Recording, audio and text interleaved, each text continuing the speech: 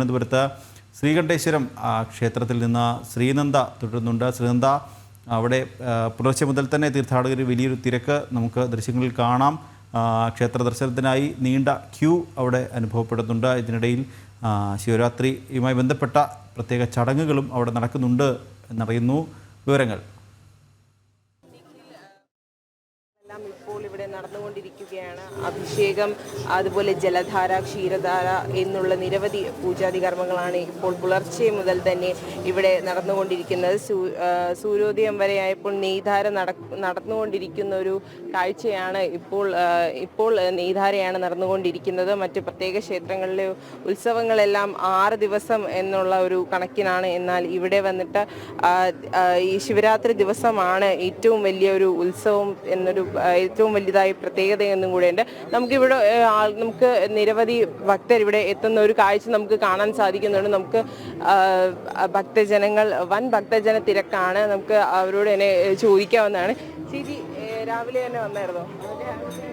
എല്ലാവരും രാവിലെ തന്നെ എത്തി എന്നാണ് പറയുന്നത്. രാവിലെ തന്നെ ഭഗവാനെ ഒരു നോക്ക് ദർശിക്കാനായി നിരവധി ഭക്തരാണ്. അമ്മ നേരത്തെ തന്നെ വന്നായിരുന്നോ? ഇപ്പം കയറിയതേ ഉള്ളൂ. ദൂരെയാണ് പേർക്കടയിൽ നിന്ന് വരുന്നത്. എല്ലാ വർഷവും നേരത്തെ വരും. കാറിലാണ് വരുന്നത്. ഉണ്ടാക്കിയിട്ട് 2-3 അമ്പലം കൂടി പോയിട്ട് പോകും കേട്ടോ. ക്ഷേത്രത്തിന്റെ പ്രത്യേകതയൊക്കെ അറിഞ്ഞിട്ടാണ്. പിന്നെ നമ്മൾ ഇവിടെ ആയിരുന്നല്ലോ, അടുത്ത് താമസമായിരുന്നു. പണ്ട് എന്നും വരുമായിരുന്നു. പണ്ട് ഇല്ലില്ല, ഇപ്പം കയറിയതല്ലേ. കുറെ 1 മണിക്കൂർ ഇവിടെ തന്നെ ചുറ്റിക്കറങ്ങി എങ്ങനെ നടക്കും. അത് കഴിഞ്ഞിട്ടേ പോകുള്ളൂ. നമുക്ക് അമ്മ പറഞ്ഞത് കേട്ടു. നമ്മൾ ഒത്തിരി തവണ വർഷങ്ങളുമായി ഇവിടെ വന്നുകൊണ്ടിരിക്കുന്ന ഒരു ഭക്തനാണ്. എല്ലാവരും ഇവിടെ നിരവധി തവണ കൊണ്ട് എത്തിക്കൊണ്ടിരിക്കുകയാണ്. ഭക്തനെ പരമശിവനെ ദർശിക്കാനായി ഒത്തിരി വർഷങ്ങളായി ഇവിടെ എത്തുന്ന ആൾക്കാരാണ്. ഈ ഒരു ചരിത്ര പ്രധാനമായ ഒരു ക്ഷേത്രത്തിലാണ് ഇവരെല്ലാം എത്തിക്കൊണ്ടിരിക്കുന്നത്. ഭക്തരുടെ വൻ തിരക്ക് തന്നെയാണ് ഇപ്പോൾ ഇവിടെ അനുഭവപ്പെടുന്നത്. ചേട്ടാ, ഇവിടെ എല്ലാ തവണയും വരാറുണ്ടോ? എല്ലാ തവണയും വരും. ഇത് പൂജകളൊക്കെ തുടങ്ങിയായിരുന്നോ? പൂജ തുടങ്ങിയില്ല. എന്താണ് ഈ ക്ഷേത്രത്തിലോട്ട് വരാനുള്ളൊരു പ്രത്യേകത? പ്രത്യേകത ഒന്നുമില്ല. നമ്മളിപ്പോൾ ശിവനല്ലേ പ്രധാനമായിട്ട് പൂജിക്കുന്നത്. അങ്ങനെ വരുന്നത് ശിവരാത്രി ദിവസമായി ഇന്ന് തന്നെ ഇവിടുത്തെ ഒരു ഭക്തജന തിരക്ക് കാണുമ്പോൾ എന്താണ് തോന്നുന്നത്? ഇത്രയും ഒരു തിരക്ക് എല്ലാ വർഷവും ഇവിടെ ഉള്ളതാണ്? എല്ലാ വർഷവും കണക്കാണ്. എല്ലാവരും അത് തന്നെയാണ് പറയുന്നത്. എല്ലാ വർഷത്തെയും പോലെ തന്നെയാണ് ഇത്തവണയും വൻ ഭക്തജന തിരക്ക് തന്നെയാണ് അമ്പലത്തിലുള്ളത് എന്ന് തന്നെയാണ് ഇപ്പോൾ നമ്മളോട് ദർശിക്കാനെത്തിയ ഭക്തർ പറയുന്നത്. എൻ്റെ പിന്നിൽ കാണുന്നത് പോലെ ഒത്തിരി ഭക്തരാണ്. മണിക്കൂറുകൾ കഴിയുന്തോറും ഇപ്പോൾ സമയം 7 മണിയാകുന്നതേ ഉള്ളൂ. എന്നാലും ഭക്തജനങ്ങളുടെ തിരക്ക് വളരെ കൂടുതലാണ് എന്ന് നമുക്ക് പറയാൻ സാധിക്കുന്നു. പൂജകളും കർമ്മങ്ങളും എല്ലാം അവിടെ നടന്നുകൊണ്ടിരിക്കുകയാണ്. ശിവരാത്രി ആയതുകൊണ്ട് തന്നെ പുലർച്ചെ തന്നെ നെയ്ധാര അടക്കമുള്ള നിരവധി പൂജാതി കർമ്മങ്ങളെല്ലാം ഇവിടെ നടന്നുകൊണ്ടിരിക്കുകയാണ് എന്ന് നമുക്ക് മനസ്സിലാക്കാൻ സാധിക്കുന്നു. 108 കുടം വെള്ളമോ പാലോ നെയ്യോ നിരന്തരം ശിവലിംഗത്തിൽ വീണുകൊണ്ടിരിക്കുന്നതാണ് ഈ ധാര എന്ന് പറയുന്നത്. അത് ഇപ്പോൾ ഇവിടെ നടന്നുകൊണ്ടിരിക്കുകയാണ് എന്നാണ് നമുക്ക് മനസ്സിലാക്കാൻ സാധിക്കുന്നത്. ഭക്തജനങ്ങളുടെ ഒരു പ്രവാഹം തന്നെയാണ് ഇവിടേക്ക് എത്തിച്ചേരുന്നത് എന്ന് നമുക്ക് മനസ്സിലാക്കാൻ സാധിക്കുന്നു. പലയിടത്തു നിന്നുള്ള നിരവധി ഭക്തരാണ് ഇവിടെ എത്തിച്ചേർന്നുകൊണ്ടിരിക്കുന്നത്. ഇവിടെ ശിവരാത്രിയോടനുബന്ധിച്ച് പ്രത്യേക പൂജകളും അതുപോലെ തന്നെ കർമ്മങ്ങളും എല്ലാം തന്നെ ഒരുക്കിയിട്ടുണ്ട് ഭക്തർക്കായി. രാത്രി ഇവിടെ ദർശനത്തിനും അതുപോലെ തന്നെ നാമജപങ്ങൾക്കുമൊക്കെയുള്ള ഒരു സൗകര്യങ്ങളും ഇവിടെ ക്ഷേത്രത്തിലും പരിസരത്തുമായി ഒരുക്കിയിരിക്കുന്നു. എല്ലാവരും തന്നെ ഒരുമിച്ച് നിന്ന് ഈ ഒരു ശിവരാത്രി വ്രതമെടുത്ത് നല്ലപോലെ എല്ലാ കർമ്മങ്ങളും നല്ലപോലെ ചെയ്യണമെന്ന് തന്നെയാണ് എല്ലാവരും ഇവിടെ പറയുന്നത്. ഭഗവാനെ കാണാനായി ഒരു നോക്ക് കാണാനായി എത്തുന്ന ഭക്തരാണ്. ഇനി മണിക്കൂറുകൾ കഴിയുന്തോറും തിരക്ക് അതികഠിനമാകും, തിരക്ക് ഏറുമെന്ന് തന്നെയാണ് നമുക്ക് മനസ്സിലാക്കാൻ സാധിക്കുന്നത്.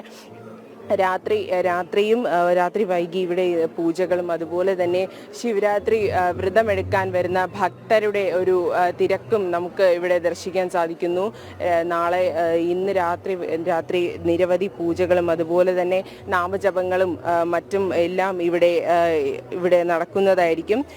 ഇവിടെ 41 ദിവസം രാവിലെ കുളിച്ച് നിർമ്മാല്യം തൊഴുത ഭക്തരെത്തുന്നത് ഒരു വിശ്വാസമായാണ് ഇവിടെ കണക്കാക്കുന്നത്. നിഖിൽ. ശരി ശ്രീനന്ദ, എന്തായാലും സംസ്ഥാനത്തെ വിവിധ ക്ഷേത്രങ്ങളിൽ ശിവരാത്രിയോടനുബന്ധിച്ച് പ്രത്യേക പൂജകൾ ചടങ്ങുകളൊക്കെ നടക്കുകയാണ്. പുലർച്ചെ മുതൽ തന്നെ ക്ഷേത്രങ്ങളിലേക്ക് ഭക്തരുടെ വലിയൊരു നിര തന്നെ എത്തുന്നുണ്ട്. വലിയ ഭക്തർ പല ക്ഷേത്രങ്ങളിലും രാവിലെ മുതൽ തന്നെ വലിയ ക്യൂ ആണ് നമ്മൾ ദൃശ്യങ്ങളിൽ കാണുന്നത്. ഇപ്പോൾ കണ്ടുകൊണ്ടിരിക്കുന്നത് തിരുവനന്തപുരത്തെ ശ്രീകണ്ഠേശ്വരം ക്ഷേത്രവും ഒപ്പം വടക്കുംനാഥ ക്ഷേത്രവുമാണ് പ്രേക്ഷകർ ദൃശ്യങ്ങളിൽ കണ്ടുകൊണ്ടിരിക്കുന്നത്. ഒപ്പം തന്നെ സംസ്ഥാനത്തെ വിവിധ ക്ഷേത്രങ്ങളിൽ വലിയ തിരക്ക് തന്നെ ഭക്തരുടെ അനുഭവപ്പെടുന്നുണ്ട്. പ്രധാന ചടങ്ങുകൾ അത് പുലർച്ചെ മുതൽ തന്നെ നടക്കുന്നുണ്ട്.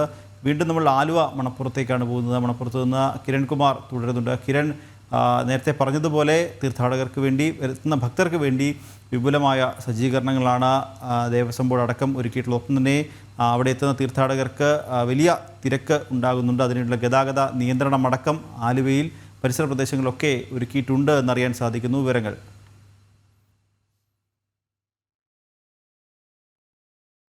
ആലുവയിലേക്ക് ഈ ഭക്തജന തിരക്ക് ആ ഒഴുക്ക് തുടർന്നുകൊണ്ടിരിക്കുന്ന ഒരു സാഹചര്യമാണ് കാണാൻ സാധിക്കുന്നത്. ഇത് ഉച്ചയോടുകൂടി തന്നെ നിരവധി ഭക്തർ ക്ഷേത്രത്തിലേക്ക് എത്തും എന്ന് തന്നെയാണ് പ്രതീക്ഷിക്കുന്നത്. അതുകൊണ്ട് വിപുലമായ ഒരു സജ്ജീകരണം പോലീസിൻ്റെ ഭാഗത്തു നിന്നും ആരംഭിച്ചിട്ടുണ്ട്. ഇന്നലെ പോലീസും ഫയർഫോഴ്സും അടക്കമുള്ള സേനാ വിഭാഗങ്ങൾ ഇവിടെ ആലുവയിലെത്തി പരിശോധനകളൊക്കെ നടത്തിയിരുന്നു. സുരക്ഷാ മുൻകരുതലുകളെല്ലാം തന്നെ ആ ക്രമീകരണങ്ങളുടെ വിലയിരുത്തലുകളൊക്കെ നടത്തിയിരുന്നതാണ്. 1500 പോലീസ് ഉദ്യോഗസ്ഥരെയാണ് ഈ ശിവരാത്രിയുമായി ബന്ധപ്പെട്ട് ആലുവയിൽ വിന്യസിച്ചിരിക്കുന്നത്.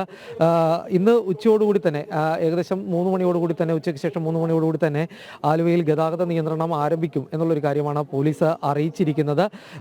ഒപ്പം ഈ വൈകിട്ട് നടക്കുന്ന ഈ ചടങ്ങുകൾക്ക് ശേഷം ഇവിടെ എത്തി ബലിതർപ്പണം നടത്തി തിരികെ പോകുന്നതിന് വേണ്ടിയുള്ള ക്രമീകരണങ്ങൾ KSRTCയുടെ ഭാഗത്തു നിന്നും കൊച്ചി മെട്രോയുടെ ഭാഗത്തു നിന്നും അടക്കം ആരംഭിച്ചിട്ടുണ്ട്. അധിക സർവീസുകൾ ഇതിനുവേണ്ടി ഇന്ന് തയ്യാറാക്കിയിട്ടുണ്ട്.